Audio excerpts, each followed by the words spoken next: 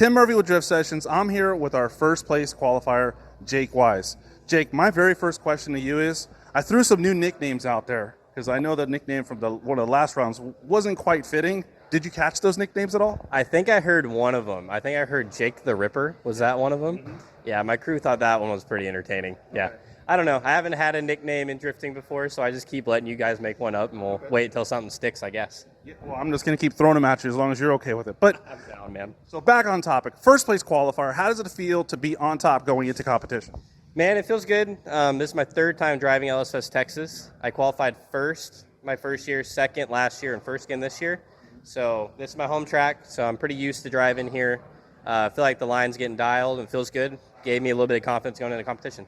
So you got a bye run in the top 32. Does that going to affect your game plan at all, or is that just going to give you more time to just dial in the vehicle? Honestly, the bye run just kind of gives me a little time to relax because, you know, the whole time we're here, whether we're on track or not, we're just kind of always going. The only time I'm actually just sitting around is whenever we're waiting on grid. So this gives me a little bit of time to hang out.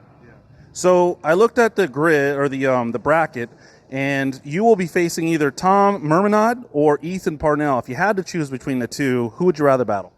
I don't know Tom personally. I know Ethan a little bit. I watched him back in like the Clutch Kickers days a lot, and I always thought he was a really solid driver. So I think it'd be kind of fun to get to battle him. Yeah, it was interesting. We talked to Ethan a while ago. They were down on power, so they got that squared away. So I think it's going to be a good battle if you guys go against each other. Any difficulties with the car yesterday? Anything you had to dial in, or were you pretty much right out the gate felt like you're dialed in? Yeah, actually, so we pretty much rebuilt the whole car in the off-season this year. Changed everything pretty much, but the engine itself is new pretty much. So we had like some teething issues. Yesterday was almost like a test day for us. We had an issue where our fans kept turning off randomly. So the car was getting real hot, and then we changed to an electric power steering pump, and some of that was getting a little wonky, spraying power steering fluid. So we had an almost fire situation. So I got almost no practice yesterday. But luckily, like I said, home track, so it was okay. But practice for qualifying, the car seemed pretty squared away. Yeah, I mean, hardly any practice, first place qualifier. I definitely think you are at home on this track. So what's the game plan today?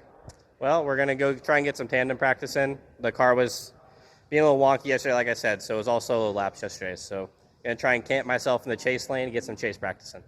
Now kind of circling back to LS Fest, what is it that you love about LS Fest the most? Well, I love the people. All the guys that run the event, like Nick, Pat, you guys, all y'all are great. Other than that, I feel like it's a good mixture between like a grassroots event where everybody's just here to have a good time. But once we go on track, it feels like the most serious competition in the world, and I like both of those. So it's like a really good combination. Yeah, it's a fun event for us as well. If you had to say anything to any drifters that always thought about coming to this event, what kind of advice would you give them?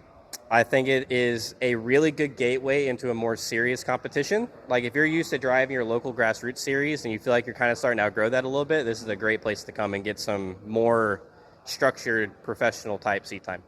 Well, first place qualifier, all eyes are on you. You're the man to beat. Is that affecting you at all?